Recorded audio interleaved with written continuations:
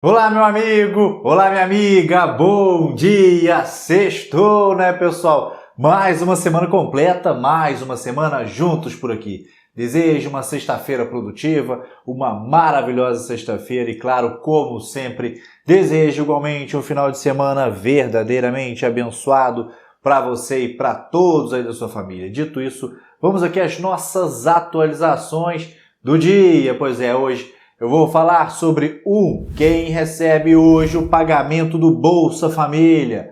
2, vamos falar sobre o que o presidente da Câmara dos Deputados, o deputado Arthur Lira, disse a respeito da PEC, da imunidade parlamentar.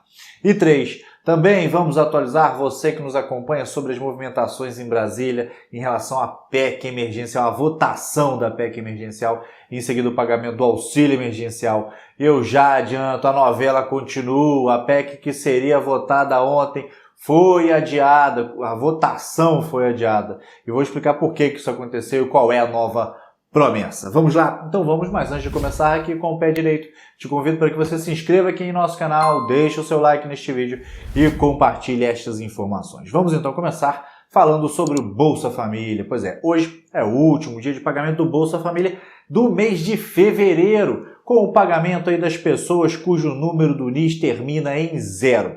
Em março, as datas de pagamento do Bolsa Família começam no dia 18, então 18 de março, com os beneficiários do NIS terminado em 1 e seguem até o dia 31 de março. Agora vamos falar sobre a PEC da imunidade parlamentar, que foi votada na Câmara dos Deputados essa semana. Ontem, o presidente da Câmara dos Deputados, o deputado Arthur Lira, em entrevista coletiva, iniciou a sua fala esclarecendo que o tema havia sido votado. Pois é, veja aí o que ele disse, olha só. Estamos também discutindo o que foi fato desde a semana passada com a prisão de um parlamentar e o que foi que a Câmara decidiu, e eu pediria muita cautela na análise precoce dos fatos e com total respeito à imprensa, mas todos nós sabemos que a admissibilidade de PEC, a discussão deveria se ater tão somente à sua constitucionalidade. Se fosse com a CCJ instalada, nós não temos comissão instalada, não temos comissões funcionando.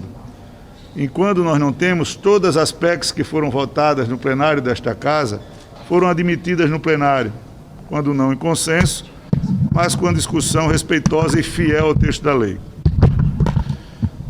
A Câmara dos Deputados se posicionou na semana passada, deixando claro que a inviolabilidade da fala do deputado não é plena, não é total, com relação principalmente aos princípios democráticos. A Câmara teve um comportamento de deixar isso claro. Inviolabilidade com relação à imunidade parlamentar não será plena quando for contra a democracia. A Câmara fez um corte numa perna, um corte no braço e deixou isso claro para o Brasil. Lógico que isso precisa, por falha do Legislativo, ser remediado. E qual o remédio para esclarecer um assunto que deixou o Supremo sem alternativa de posicionamento? Regulamentar o artigo que fala de imunidade parlamentar quanto à sua voz e quanto ao seu voto. O assunto em pauta era o artigo 53 da Constituição, imunidade parlamentar quanto à voz e voto. Essa inviolabilidade tem que ser mantida. O Congresso Nacional, ele vota matérias aqui contra organizações criminosas, contra grupos de interesses econômicos muito fortes, e o parlamentar precisa sim ter a imunidade parlamentar com relação a voto e voz preservados. O que exceder a isso, não estava claro o seu rito. E para muitos partidos, e é preciso que o Congresso faça essa autocrítica, o Congresso erra quando não se posiciona e quando não esclarece os fatos como eles verdadeiramente o são. E ontem, o que estava sendo discutido na imprensa, com todo respeito, com todas as variáveis, não condiz com a realidade do princípio que nós queremos estabelecer. Bom, agora, continuando, vamos falar sobre aquilo que todos querem saber, o auxílio emergencial. Pois é, pessoal, a novela continua. A PEC emergencial, que tinha sido agendada para ser votada no Senado Federal ontem, a votação acabou sendo adiada.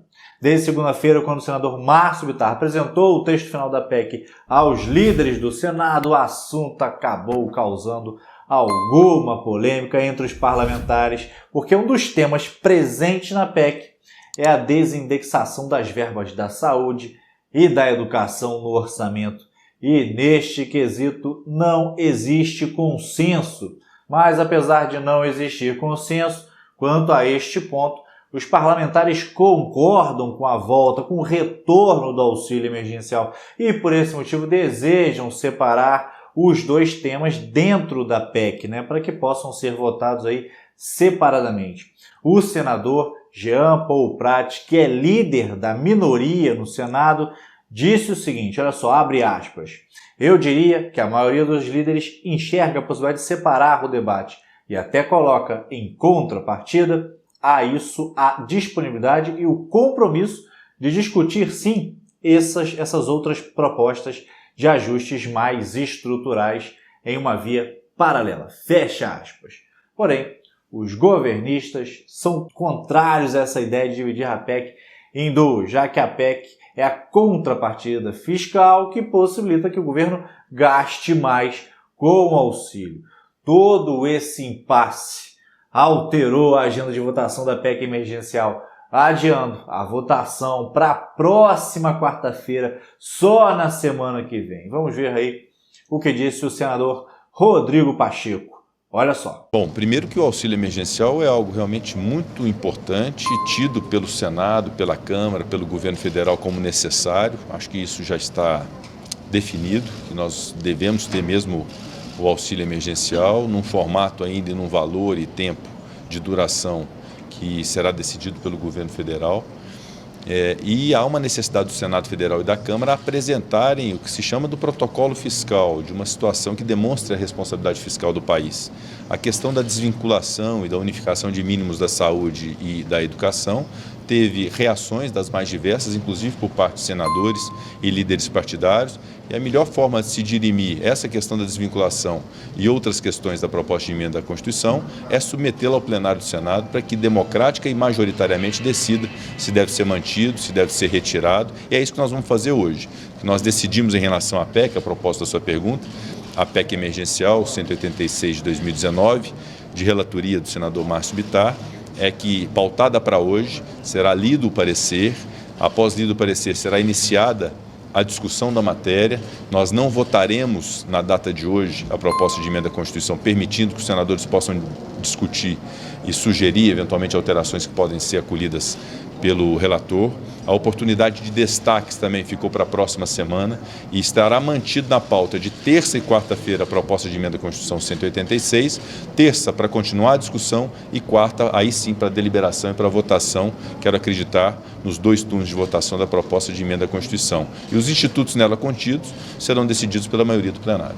O presidente do Senado comentou ainda sobre as possíveis consequências desse adiamento da votação em relação ao início do pagamento do auxílio, que estava previsto para o mês de março. Pois é, vamos ouvi-lo.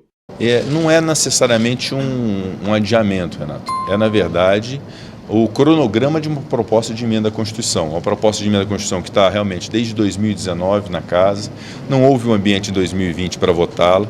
Nós, então, ao assumirmos o Senado, a presidência, decidimos estabelecer isso como uma prioridade, até em razão das conversas que tivemos com o ministro Paulo Guedes, da importância para o auxílio de se ter uma demonstração de responsabilidade fiscal no Brasil. E é esse o nosso sentimento, de sermos, repito, colaborativos com o governo federal, com o Ministério da Economia, com o trabalho do ministro Paulo Guedes. Por isso, pautamos a PEC. E, na verdade, há um cronograma que precisa ser seguido, que há boa vontade de todos os líderes de ter agilidade nisso, justamente para viabilizar o auxílio emergencial. Mas já que nós não tivemos o trabalho das comissões permanentes da Casa, isso está indo direto para o plenário, esse cronograma de leitura do parecer, de tempo para discussão e de votação na sessão de quarta-feira é o tempo mais curto que nós enxergamos para poder compatibilizar a importância de se votar a PEC com a necessidade também de amadurecê-la dentro do debate no plenário do Senado. Especificamente sobre o início do pagamento do auxílio emergencial, ele destacou esperar que isso aconteça o mais breve possível. Vamos ver. Essa é uma resposta que também nós todos queremos o mais brevemente possível e sermos colaborativos com a possibilidade de ser o quanto antes, mas isso também é um cronograma que precisa ser estabelecido pela equipe econômica e nós vamos ajudar a estabelecê-lo oportunamente. O senador Rodrigo Pacheco, quando perguntado ali sobre a possibilidade de fatiar a PEC emergencial, ele preferiu ele não se pronunciar sobre o tema, deixando a decisão para ser discutida com os demais parlamentares na próxima semana. Veja aí. Na verdade, o que eu vi foi uma grande reação à questão da desvinculação dos mínimos de educação e dos mínimos de saúde, mas há aspectos remanescentes do parecer do senador Márcio Bittar que não houve tanta polêmica. Então vamos fazer o seguinte, vamos aguardar a leitura do parecer pelo senador Márcio Bittar, haverá discussões pelos líderes partidários, pelos senadores e senadoras, e aí nós vamos ter o resultado disso muito em breve com a votação de quarta-feira. Bem, pessoal, lamentável mais esse adiamento, mais uma semana perdida, mais uma semana de atraso, mais alguns dias perdidos aí nesse imbróglio político. Pois é, então era isso que eu tinha para dividir com você na manhã de hoje. Vamos seguir acompanhando. Não se esqueça de deixar o seu like neste vídeo e se inscrever aqui no nosso canal, caso você ainda não o tenha feito. Para esse vídeo era isso. Desejo uma excelente e produtiva sexta-feira e mais uma vez um final de semana abençoado. E claro, como nunca me canso de repetir, lembre-se sempre, tenha fé, ok? Tudo vai ficar bem. Sabe por quê? Porque Deus está no comando sempre. Valeu, forte abraço, tenha um excelente final de semana.